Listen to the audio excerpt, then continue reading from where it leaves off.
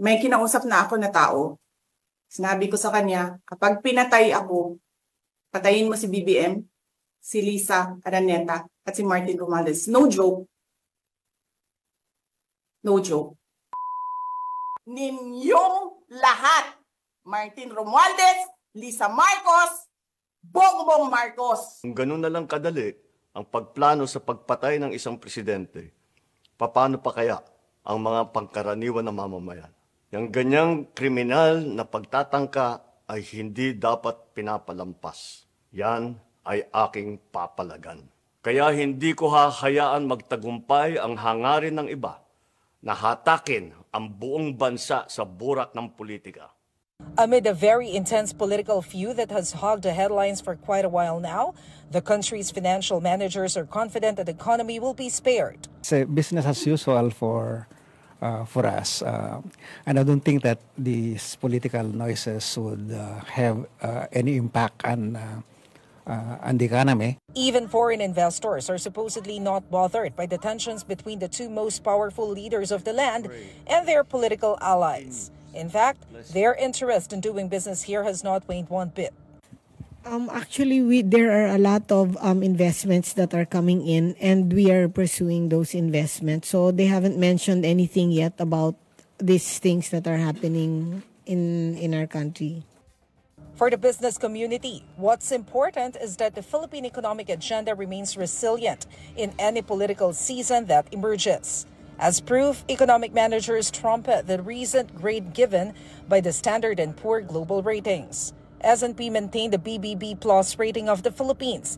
It even raised the country's credit rating outlook to positive, which could indicate an upgrade to an A- rating within 24 months, if the prospects are still looking up within that period.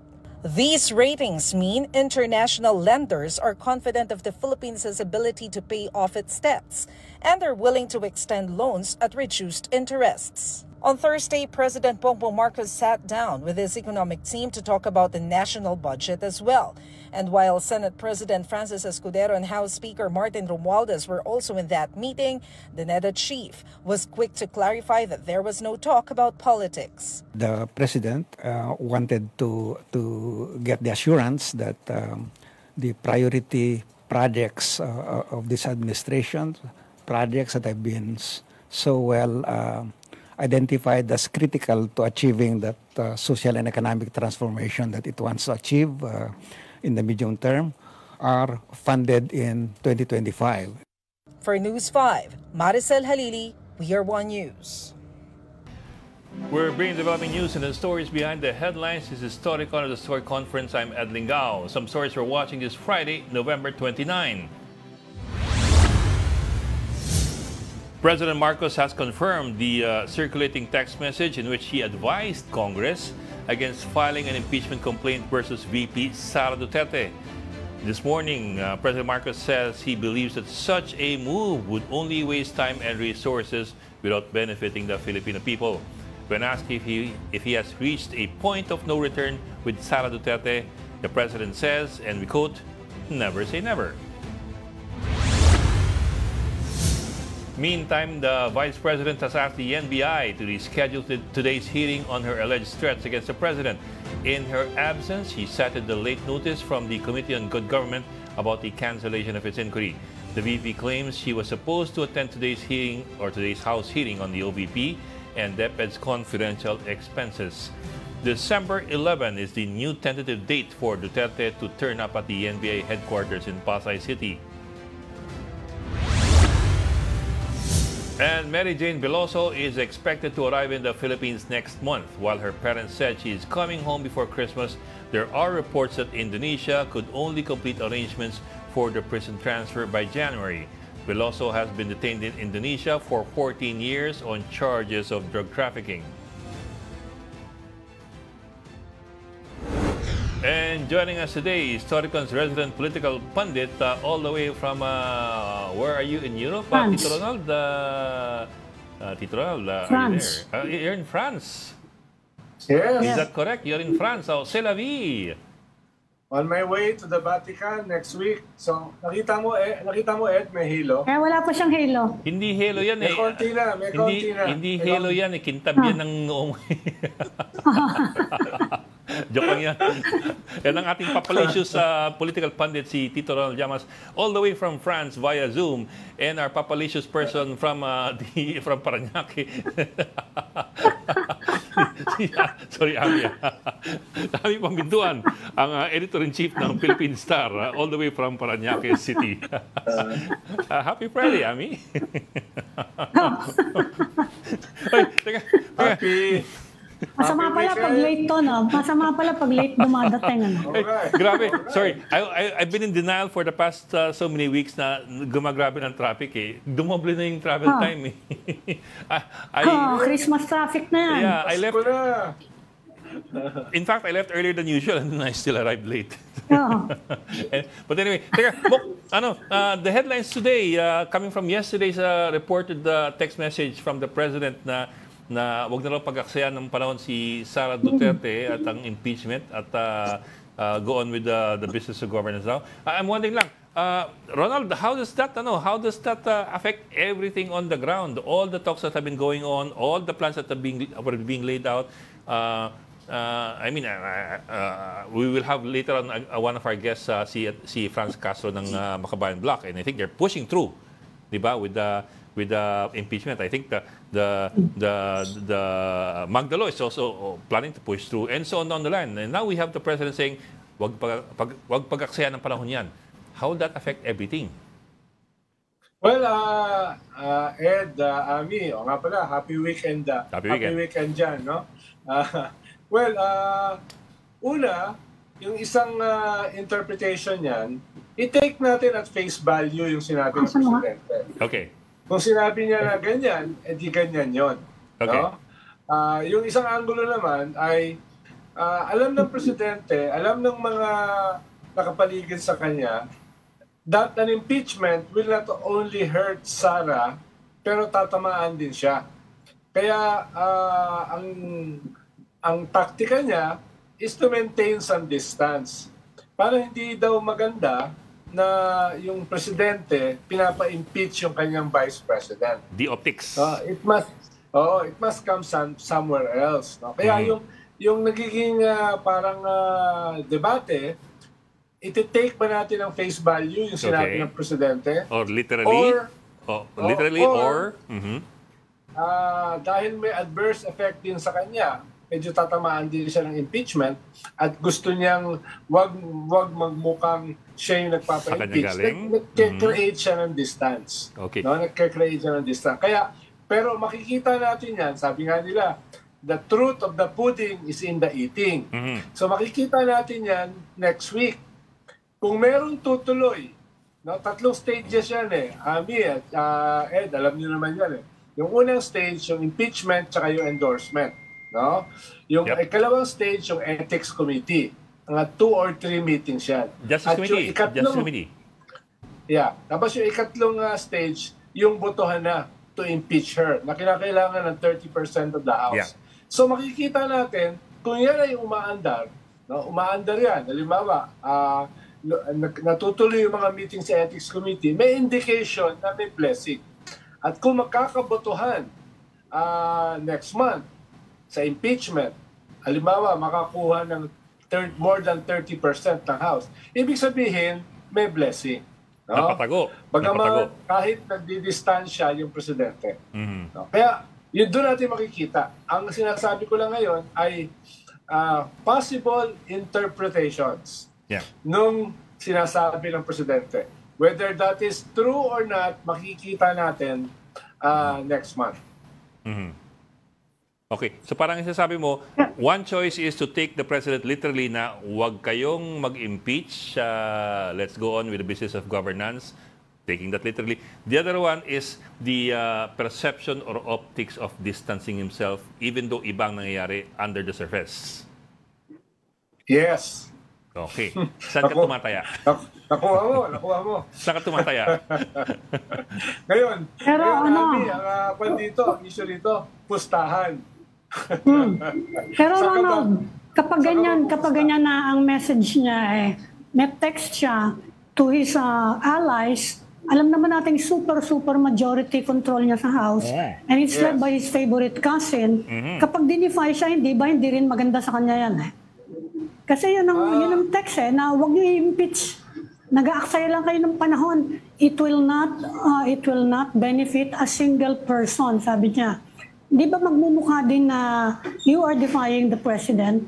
Kasi alam naman ng lahat na isang salita lang niya susunod yung House Bakit siya i-defy? Well, kaya nga, depende na yan sa kanilang spin. Kung yan ba ay defiance o hindi. Na paano pwede naman niyang imasahe? Alam niyo naman yan na Ami sa communication. No? Later on, pwede na yung masahihin. Pero makikita natin yan, no? Sinasabi ko nga, pwede natin i-take at face value at talagang wala na. No? Susunod lahat. Pero hindi rin pwede na may maniniwala ba na dinedefy ng speaker yung presidente pag tinuloy niya? Kaya nga. Hindi naman ganun ang tingin ng mga tao. Ang magiging tingin ng mga tao ay, oops, may laro. Oops, may blessing. No? Dahil tinuloy. I doubt if the speaker will defy the president. Ibig sabihin, kung may gagawin siya, kung tutuloy pa rin, ibig sabihin, may kaunting blessing. Hindi ko sinasabing meron, Ami, Sinasabi ko lang, makikita natin in the next 2 weeks. Bok, we have the soundbite. Can we play the soundbite coming from the president? So we have a baseline. Private communication, but nalik na, yes. Because that's really my opinion. This is not important. This does not make any difference to even one single Filipino life. So why waste time on this? What will happen to if somebody files an impeachment? It will tie down the House. It will tie down the Senate. It will just take up all the time. And for what? For nothing. For nothing. None of this will help improve a single Filipino life. As far as I'm concerned, it's a storm in a teacup. So it does give the appearance of of Congress being an independent and co-equal body. I'm sorry for laughing, but it does give that appearance. Tuwatawa ka rin and I suppose that also adds to his political. It gives a nuancing of political maturity, at least in his favor. Na let's move beyond the politics and go into what is necessary for the ordinary Filipino. Tsaka, Ami, Ed, tingin mo ba kung magbibigay ng utos ang presidente, sapat na yung text? Siyempre, may tatawagan yan. Di ba? Siyempre, tatawagan niya yung kanyang pinsan. Hindi naman simpleng text yan. Tapos, ang magsasabi sa Kongreso, yung kanyang pinsan, yung speaker. Yun ang magsasabi, no-go. No-go na tayo. No? Paano tayo? Handa na tayo sa Christmas party. No? Pero medyo duda lang ako na magbibigay siya ng instructions through text. Pero on the other hand, hindi kaya naman talaga namang merong movement within the administration na medyo i-tone down yung kasi medyo conciliatory siya ngayon May kasunod dyan yung statement niya yan Tinanong siya to comment on the Vice President's statement na they've reached the point of no return. Ang sinagot niya, never say never Never say never. He's open.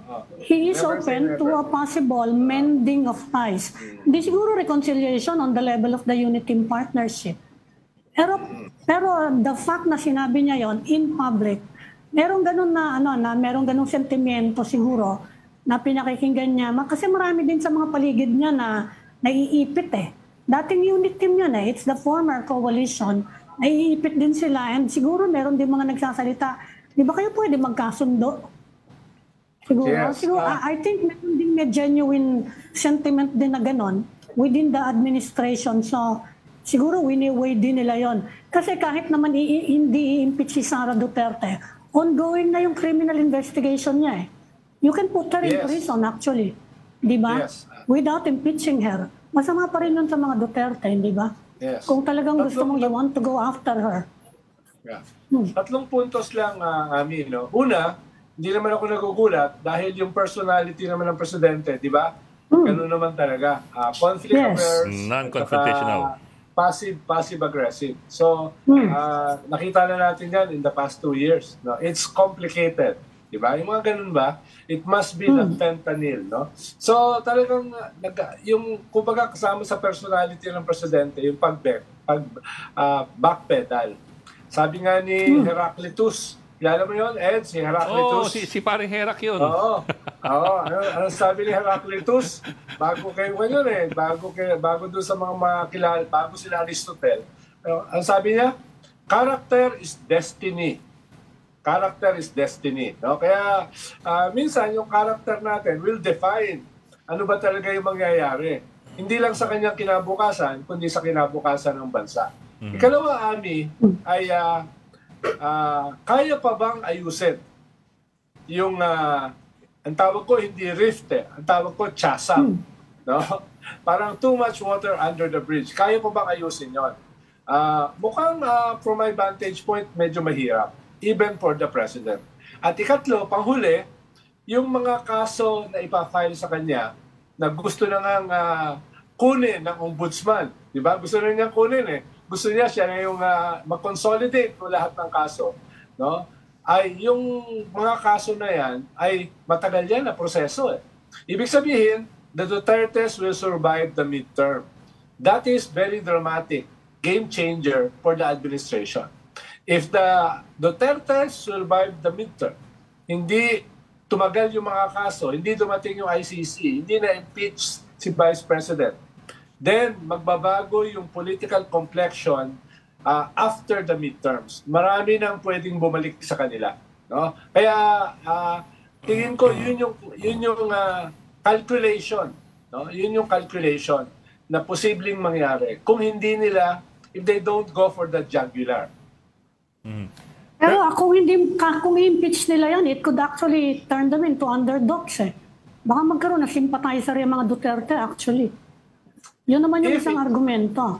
If it fails. Mas mabuti pa, ibigay na lang nila sa ICC. No, kahit hindi, if she is ousted, kahit matuloy siya, they might actually get more sympathizers dahil yun ang sinasabi nila, inaapi kami rito If it fails, they may get sympathy. If it succeeds, bali wala yung sympathy.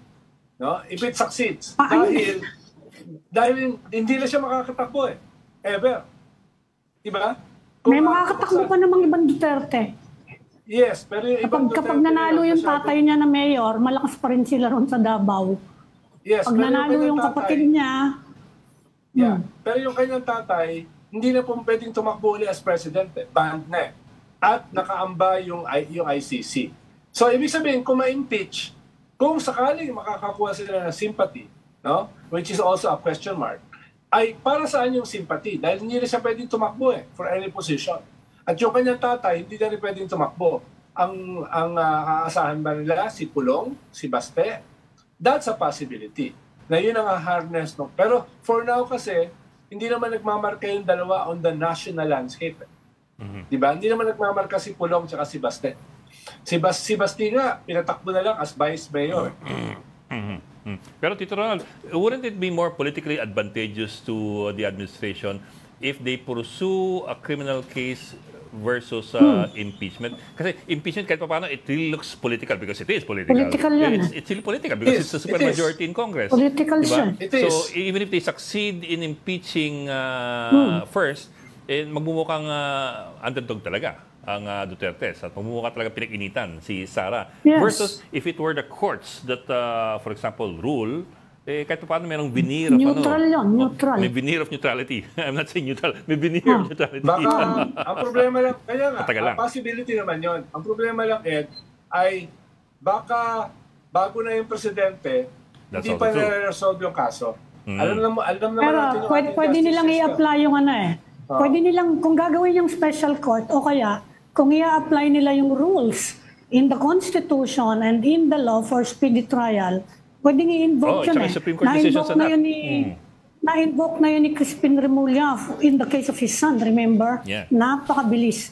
Kapag in-apply nila yan, at sasabihin nila because it's politically charged, dapat talaga i-apply na itong batas na ito. We actually have We have a law on speedy trial. And the Constitution has specific provisions na bilisan nyo ang pag-litigate ng mga kaso. Kapag yan in-apply, pwede siyang before 2028, tanggal siya at convicted and she ends up in the correctional institution at not as a resource person, but as a convict. Well, sabi ko nga, that is a distinct possibility. Lalo na kung may mga if na bibilis, no? If bibilis yan, if, parang sigurado ko, aabot sa Supreme Court yan, no? Dahil, huwag mong kalimutan, Ami, karamihan na sa Supreme Court, appointees ni Digong, no? So, maraming mga factors na baka magdalawang isip sila. Yung haba, pero unless bilisan, at malamang, sigurado yan, aakit sa Supreme Court. So, hindi sila nakakasigurado how the Supreme Court will react, no? Pero Ed, ang sinasabi ko nga, kahit magkaroon ng sympathy sa impeachment, if it succeeds, saan mo dadalhin yung sympathy? Yun lang yung sinasabi ko. Hindi pwedeng tumakbo si Digong at permanently banned na si Sara. Ang option mo lang ay ipamprime mo si Baste, who is now running as Vice Mayor, at saka si Pulong, na parang kulang naman sa personality. No? Baka no, so yun yung dilemma naman ng mga Duterte. Okay. No? Yun ang dilemma. Pero ganun din naman si Sara nung tumakbong VP. Talagang dinala lang siya ng matay niya eh. Sino ba namang nakakaano sa kanya at that time? Talagang si Sara Bok natatandaan lang na sinampal niya yung sheriff eh. Yun ang natatandaan natin sa kanya. Bok, sinampal niya yung sinundok yung sheriff. Yeah, Bok, if you don't mind, I'll bring in Congresswoman Franz Castro ng Makabayan Block. I read earlier in one of the news articles that they're already planning to file, but not this month kasi patapos na naman. Pero next month. So mukhang tutuloy nila. Ma'am Franz Castro, magandang hapon po. And welcome to Starcon. Yan, si Kong, mas diretso niyang alam kung ano nangyayari sa House. Good afternoon. Magandang hapon, Ronald, Ed, at Ami, at sa inyong mga taga-subaybay. Yes, I'm sure po, narinig din niyo yung sinabi ng Pangulo na wag nang pagtuunan ng pansin ng impeachment muna. At marami pa ibang mga bagay na kailangan bigyan ng pansin. Yun po yung sa Pangulo. Siyempre, hindi naman po miyembro, hindi naman po kayo exactly kaalyado o hindi kayo part ng supermajority sa Kongreso. Pero at the same time, I understand also that you're also planning to file kahit pa paano ng impeachment complaint. So how would this declaration po of the President affect any complaint that will be filed whether by you or by other members of Congress? At pangalawa, kayo po ba'y mag-file? Sa amin, Ed, sa amin kasi sa Makabayan, resolve na kami na mag-endorse ng impeachment. Resolve ang Makabayan sa Kongreso na mag-endorse ng any impeachment complaint na manggagaling po sa ating mga people's organization. In fact, pinag-uusapan na to nung last mga ilang nung mga ilang linggo pa. Ito na idadagdag na yung recent na pangyayari. Kaya resolve naman kami doon. Medyo nakakadismaya nga lang dahil nagpapahayag ng ganito si President Marcos dahil he's trying to influence yung action ng mga kongresista. So remember, dapat maalala niya na we are a co-equal body na dapat ay hindi siya nag-i-influence. Hayaan niya ang legislature, although political nga ito, hayaan niya ang legislature branch na gumalaw independently nang walang influence niya.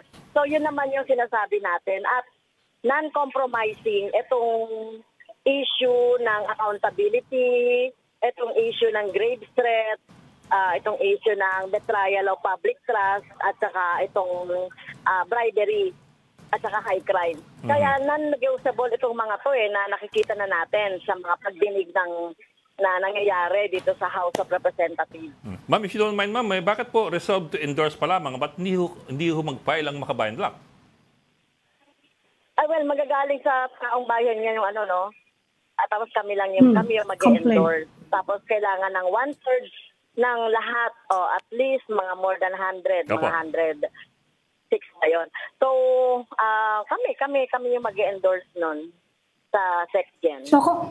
So Congresswoman, sa sinabi po ngayon ni President Marcos, you think maapektuhan yan? Kasi kung magbobotohan yan, siyempre, malaki-laki pa rin yung 100 votes, ano? Sa tingin nyo makaka-apekto yan kung magbotohan nga if you endorse? Oo nga eh. Yun nga yung problema amin, no. So tignan natin kasi alam ko merong sapat na bilang niya may sapat na bilang na noon no, bago nagsalita si Presidente Marcos. Alam ko dun sa mga kasamahan natin dito.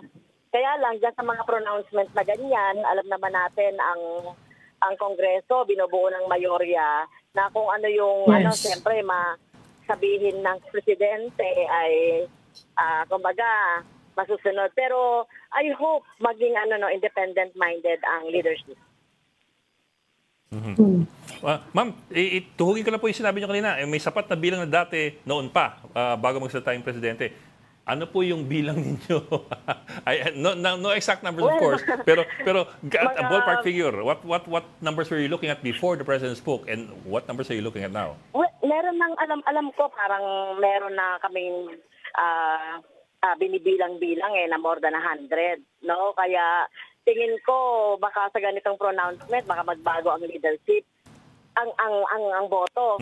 Kaya sabi ko nga wag magpadala yung leadership, maging independent pa rin, at considering naman yung grave na mga offense, no, na ginawa nitong Vice President, na dapat na matingnan pa rin objectively. Congresswoman, magkakaroon kaya kayo ng caucus dito about this kasi galing sa presidente yan And you are running out of time kung sakasakaling mag-impeach. Meron na bang any movement para pag-usapan to ng House? Wala pa akong alam. After ng pronouncement ni Presidente, no, wala rin namang mga formal na mga usapan dyan sa impeachment. Pero alam ng leadership na nakahanda ang makabayan. Kung ano yung mga informal na nakukuha nyo? Siyempre sa Kongreso, nagbubulungan yan, nagkikwentuhan sa lounge, no? So meron kayo makukuhang kaunting indication kung makukuha niyo yung 100 na numbers, no? Kumbaga anong gut feeling nyo batay sa mga bulong-bulungan sa Kongreso? Meron talaga bang aatras yung Kongreso or tutuloy? Well, hindi pa natin kasi ka-announce lang to, Ronald, no? Kaya hindi natin alam kung ano na yung isip ng iba nating mga kasamahan dito, na kasi yung nangyari nung last weekend, talagang nagbunga ito ng ng hindi magandang mga mga resulta ng pag-iisip ng ating mga kasamahan dito. I mean, ibig sabihin nila parang sobra yung ginawa nung weekend ni Vice President, kaya parang talagang sinasabi nila na dapat nga may ganyan na ma-impeach na. Kaya iwan ko lang sa ngayon, weekend ngayon, di natin alam kung ano na yung magiging dating yan sa ating mga kasamahan. Ma'am, let's talk about timetables po. Sabi nga po ninyo earlier in one of your earlier interviews, within next month, malamang mai-file na po yung impeachment complaint. But even then, do you have a more fixed timetable? First week, second week, third week? Huwag sabihin last week ng December. Wala pa. Kasi kami ay susunod lang doon sa kung ready na mag-file yung bayan. Kasi bayan ang nangunguna dito. Kung ready na silang mag-file, soon, ready rin naman kami mag-endorse. Pero wala pa silang sinasabi Kasi parang itong week na to, parang mga briefing lang din, briefing pa lang doon sa mga ibang mga kasamahan sa organisasyon tungkol doon sa complaint. Regarding sa tanong kong ni Ed, decisive kasi yung timing Decisive yung panahon. Yes. Dahil mag-recess pa kayo. Aakyat pa yan sa Senado. So kung hindi yan mangyayari next month, medyo ang tingin ng mga tao uphill na yan. Baka hindi na kayanin. Dahil election year Election year next year. So marami sa mismong mga kongresista, mismong mga senador, ay nasa campaign trail Campaign na ng sa bandang February. Pebrero. Oo. So, medyo improbable na matuloy kung hindi matutuloy next month. Yes. Oo, tama ka nga, Ronald, no? Timing talaga yung mahalaga. Dahil nga election year, next year, kaya kung hindi pa yan ipa-file by next year ay baka hindi na matalakay sa Senado. Kaya titignan pa rin natin no, yung mga timing na gagawin. Pero definitely ayan, ready kami na mag-file. May isa lang ako iklaro sa rules ninyo, Congresswoman. Kasi merong Yes. di ba, yung kung matatalo yung isang impeachment complaint, insulated yung official within 1 year. Bilang ba yan kung magpapalit ng Congress? We will have a new Congress next year eh. Halimbawa, final ngayon, natalo sa botohan, insulated ba siya hanggang November next year or December next year? Or July 1 bagong ano na yan. Oo, pag nakapag-file na ngayon, di ba? Tapos hindi siya na, Yes. After a year pa pwedeng mag-file. Yes. So, yung So official calendar na yun, hindi yung palit ng Oo. Congress. Hindi. Okay. 1 year. Kaya yung official na ini-impeach, malaya pa siya, no? Pwede pa siya mag-practice ng kanyang mandato. Yes. Okay. Isa pang risk pala yun, ano? Okay. So, ma'am, wala ho kayong, kasi today lang pumutok itong sinabi ni BBM na confirmation, Yes. this morning lang. So, wala ho kayong naririnig-rinig sa palipaligid din sa Kongreso. Wala pa. Ngayon pa lang nag-umpisa makichismis. Actually, out Wala of town kasing- ako. Wala kasing session ngayon, Ed. Oo nga, Biyernes eh. Walang session today. Wala. Biyernes tapos sweldo pa, di ba? Wala. Wala na. Baka sa Monday pa yan magkakaumpukan yung mga kongresista kung ano na yung dating sa kanila nun. Okay. Pero usually po, nagte-textan na yung mga yan eh. Nagtatawagan, no? Anong nangyayari? Anong pakiramdam? Wala kayong gano'n? Wala kayong ka-text? Wala. Hindi kami kasali doon eh. Hindi kayo naman kasama kami sa chat kasali. thread. Oo. Yes. Okay. Oo. Ronald, Ami, okay na? Okay na. Yes. Okay, maraming salamat, Congresswoman Franz Caso ng ACT Thank you. Teachers Party List. Thank you for joining us this sa inyo. afternoon. Thank you, Congresswoman. Okay. Thank you. Pong. O nga naman, nalimutan natin pag Biyernes, walang session. Walang session. Actually, there was even a time, Monday tsaka Friday, wala nang session. Ewan ko bumalik yung Monday. But anyway. Actually, itatanong ko sana, Ed, nakalimutan ko lang kay Kong Castro, ay anong difference ng articles of impeachment na ipa-file nila doon sa ipa-file ng Magdalo? Nag-usap Pareho yata eh. nag-usap Ano yung kanilang kaibahan? Paano alam ko, marami pang mga debate sa articles of impeachment. Kaya yan na nga ang ano. Siguro, marami naman nangyayari dito pag weekend, di ba? Wala tayong papahinga. Nung weekend Kaya na bukas, nakaraan, bukas exciting na naman yung Sabado. In fact, we're waiting for a video, Ed. Baka nakuha nyo na. Ano? We're waiting for a video from the Vice President, ha? A video message? Yes, iniintay natin ngayon. Kaya hindi ko alam kung baka nandyan na sa ewan ko. Baka na-upload dyan na. So it's not live. They're just uploading a recorded Video message, iniintay natin. Hindi natin alam kung live or uploading. Oh, that's We don't interesting. know. Okay. Basta naka-alert lang kami na may video message. Sige. Dahil kailangan nilang mag-respond. May reaction yan. Kailangan nilang pigain yung statement ng presidente for their own advantage, di ba? Yan. Iniintay natin yan ngayon. Oo.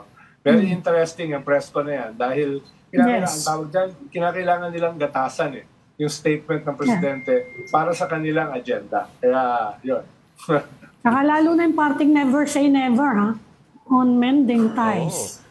Ang daming quotables itong mga nakarang linggo. No? Merong Drag Me to Hell, merong Never Say Never. Para mga pelikula. Kwentong chichirya. Tapos ngayon, Never Say Never. Never Say Never. Never say never. Yung isa parang Kanta horror yun, di ba? movie, isa parang James Bond. Di ba kanta yung kanta? Mahilig kumanta si BBM eh. Ba't nawala? Ang tanong ko, Ami, ay ano kaya ang pakiramdam at saka feeling ng ng mga inner circle ni President Bongbong. Ang balita namin, yun na nga, medyo naiipit nga yung iba eh. Kasi meron pang mga iba ring people sympathetic to the VP, I mean, yung kanyang pamilya, ano kaya nararamdaman nila? Mukhang yung text na yun dahil sa source ng text kahapon, mukhang nanggaling sa first family mismo Di ba? Okay. Bok, let's bring in News 5 reporter Reniel Pawid, who is now at the EDSA Shrine kasi nakatatong araw na ito, pang-apat na araw na ba? Itong pagpupulong ng ilang daang mga supporter ng mga Duterte o ng Duterte family. Reniel, kamusta dyan? Asang exactly? Bok, Ronald and Ami, nakapasok na tayo ngayon dito. As in, kalapit lang natin yung mga taga-suporta nitong si VP Sara Duterte. And ito na, yung ika-4 na araw nga na kanilang kilos protesta dito sa EDSA Shrine. Ang una nilang bungad sa atin dito ay po-post na sila dito sa EDSA Shrine hanggat hindi raw nila napapababa nga itong si Pangulong Marcos sa pwesto. Hanggat hindi na mapababa? Tinanong din natin, hanggat hindi nila mapababa dahil gusto nilang i-replicate yung 1986 EDSA People Power kung saan magiging bloodless daw yung kanilang panawagan pero kailangan daw ay maipababa nga ang panibagong Marcos na nasa posisyon. Pero sa ngayon, Bok, kung digits or figures yung pagbabasehan, malayong-malayo ito doon sa 1986 EDSA People Power kung saan daang libong mga Pilipino nga yung nag-gather o nagtipon dito sa EDSA. And by statistics, kanina, nakita rin natin by estimate, nasa 150 to 300 yung bilang nila sa ngayon dito. At asahan ka raw na madadagdagan yan sa mga susunod na oras dahil nga may mga manggagaling pa raw sa iba't ibang probinsya gaya na lamang ng Davao, Cebu at iba pang bahagi ng Central Luzon. Bok, kanina natanong din natin sila doon sa issue ng kumakalat na bayaran dito sa pagpunta nga nila dito. Kanilang paliwanag, hindi raw sila binayaran bagkus yung mga nakikita ng ilang mga tao dito na nagbibigay at nagkakalistahan ay pagbibigay lamang umano nila ng pamasahe doon sa mga kapwa-supporter na wala nga raw mailabas pa na pera pero gustong sumuporta dito. Nang tanong natin kung kanino ito galing, sabi nila ang bagan ito mula sa kanilang sariling bulsa. At Bok, kanila rin nilinaw na hindi sila tumatanggap ng anumang cash donation ngayon dito at ang ginagawa na lang nila pinapakiusapan na bumili ng mga pagkain at tubig at diretso dito. Okay, Bok, medyo ambitious yan. Hindi sila uuwi ng hindi bumababa ang presidente? Medyo ambitious yata yun. Oo nga. Reniel, may identified bang organization dyan? Meron bang grupo dyan na may daladalang streamer o kahit t-shirt na identifying any particular organization na sumusuporta sa mga Duterte? Yes, Ami, kanina nakausap natin isang miyembro nitong EDSA Friday Group na mula pa sa Davao City. At sinabi niya, daw sa talaga doon pero pumunta nga dito para lang sumuporta. At sinabi nila, sabi nila kinumpirma sa atin na according to former presidential spokesperson Harry Roque, na magkakaroon din ng sariling pagtitipon doon sa may Davao at iba't iba pang bahagi nga ng Central Luzon at ng bansa. Reniel, natanong mo ba sila tungkol doon sa 8 bus na nagdala ng mga tao nung isang araw?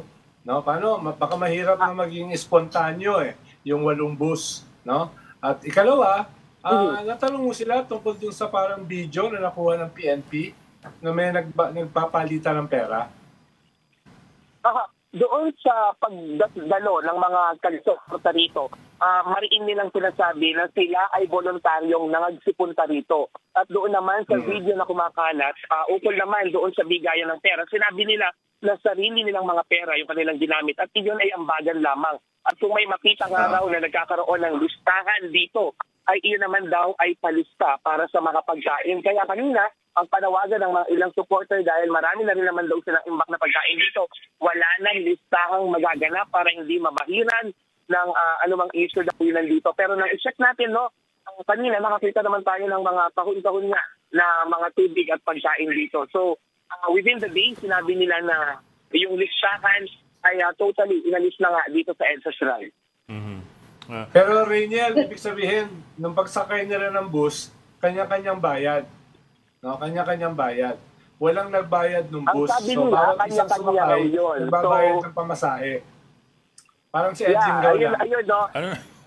Yun Yun yung kailangan ng bus, natin bayad ka ng pamasahe. i-win, no, dito. Kung totoo, nung may nagsabi na binabayaran at nag-aambagan sila ng tig to 200. That's the figure that we heard here.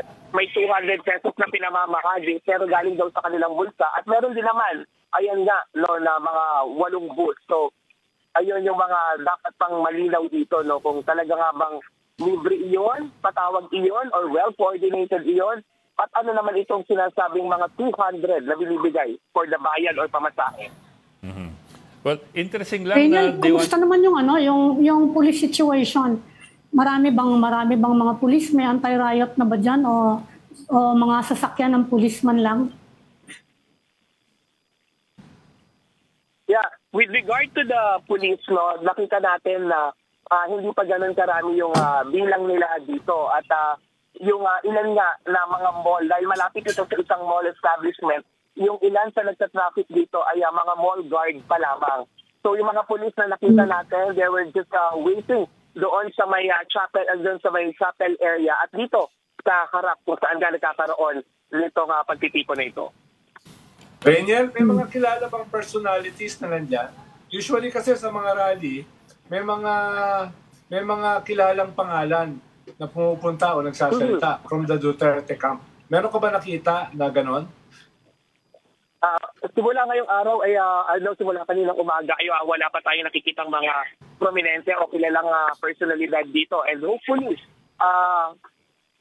umaasa nga yung iba na si Atty. Harry Roque ay pumunta rin dahil siya ay pangunahin at laging present sa mga ganitong pagkakataon. Let's see kung lalabas ba for the first time. Ambisyoso ka Lumabas naman. siya, arestuhin siya, Ambisyoso Rainiel. ka naman.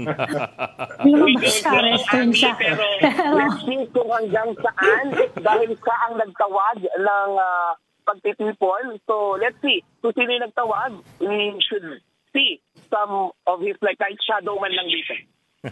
Well, it's interesting lang Dramatic to point out. Dramatic kung pupunta siya dyan, tapos magpapahuli siya. No? Very dramatic yun. Headline yun na pinilista. That's another question dito, no? Kung kakayanin nga ba ito ni Atty. Harry. Para sa bayan. I think lang it's interesting to note na, sabi nga ni Rainiel, they want to replicate what happened nung EDSA 86. It's also interesting to ask them if they really believe that EDSA 86 happened kasi their principals for the longest time were also making fun of EDSA 86. Yes. Diba? For 6 years under Duterte, pinagtatawanan nila yung EDSA 86 and now they want to replicate it. So that's also an interesting irony there, you might say. Rainiel, may statement bang panibago ang EDSA Shrine? Si Jerome Ceciliano, si Father Ceciliano. Nag-issue ba siya ng panibagong statement? So far, wala pa naman dahil mula nga kanina umaga ay controlled pa naman yung situation dito. At mismo yung mga taga-suporta, sila yung nagsasabi na nakikiusap din sila sa simbahan at humihingi sila ng pasensya kung ano man yung a little bit of na ingay na napuproduce na dito sa paligid, no? Okay. Ay, nakikita niyo po ngayon na video ay live shots mula po doon sa EDSA Shrine. Sana mag-wide shot lang ng kaunti para makita natin yung dami o konti ng crowd kasi medyo masikip yung pagkakakuha so you can't tell kung so ipapan natin sa ngayon. Sige. Medyo secured lang at controlled yung position ng media dito. Pero I will have to do wide and pan. So ayan. Yan yung end, no? Kung saan yung nakikita niya, dyan yung dulo. Yung puting ban. Okay, sige. Yes, at pa-right side, pakita natin kung hanggang saan. Doon naman yung nagsisimula nga yung nagsasalita, no? So kanina, by 3 p.m., ang estimate nga ng PNP ay 150 to 200. Pero pagdating ng 4 o'clock, may additional pa na mga around 50 or to 100 na dumating. Okay. Well, let's see this weekend kung ito yung dadami. Ito nagkapan na siya. Baka gusto mong pumunta dahil veterano ka ng EDSA. Oo nga. Ed, nandun ka sa EDSA noon. Na para maramdaman mo lang. Boss, makakadagdag siya sa bilang dito. Kita mo ito mga... Pandagdag pa ako. Dagdag bilang ka dito, Pandagdag Boss. pa ako sa bilang. Tama mo si Kwan. Ayan na. Medyo lumalayo yung shot, oh. Ayan, nag-wide. Ayan, nag-chat na sila. Sila-chat na nila ang Marcos resign at kumakaway. Hindi natin alam kung sinong kinakawayan. Ayan, may mga dumaan. Oh, yan. Nagkakaway sila. Yan. Reaction sa speech siya, no? Ed, pagdating mo, kakawayan ka rin dyan. Kakawayan ako, babatuin ako. Kakawayan ka dyan. Huwag mo na isama si Manny Mugato, baka magulpil pa kayo. Isama natin si Ronald Llamas pagbalik niya. Okay. Baka kinakawayan ka na, Bok. Okay, mga Bok, we have to go. Reniel Pawid, maraming salamat for joining us this afternoon. News 5 correspondent Reniel, reporting live from the EDSA Shrine. I'm sorry, guys, we are already going on overtime, so we have to say goodbye, good night, and happy weekend to Ami from the Philippine Star and Tito Ronald, all the way from France. Happy France. C'est la vie. C'est moi! Yun lang ko eh. French fries, French bread. Enjoy us again on Monday, 4 p.m. for the StarCon. I'm Ed Lingao. We are One News, all sides, all the time.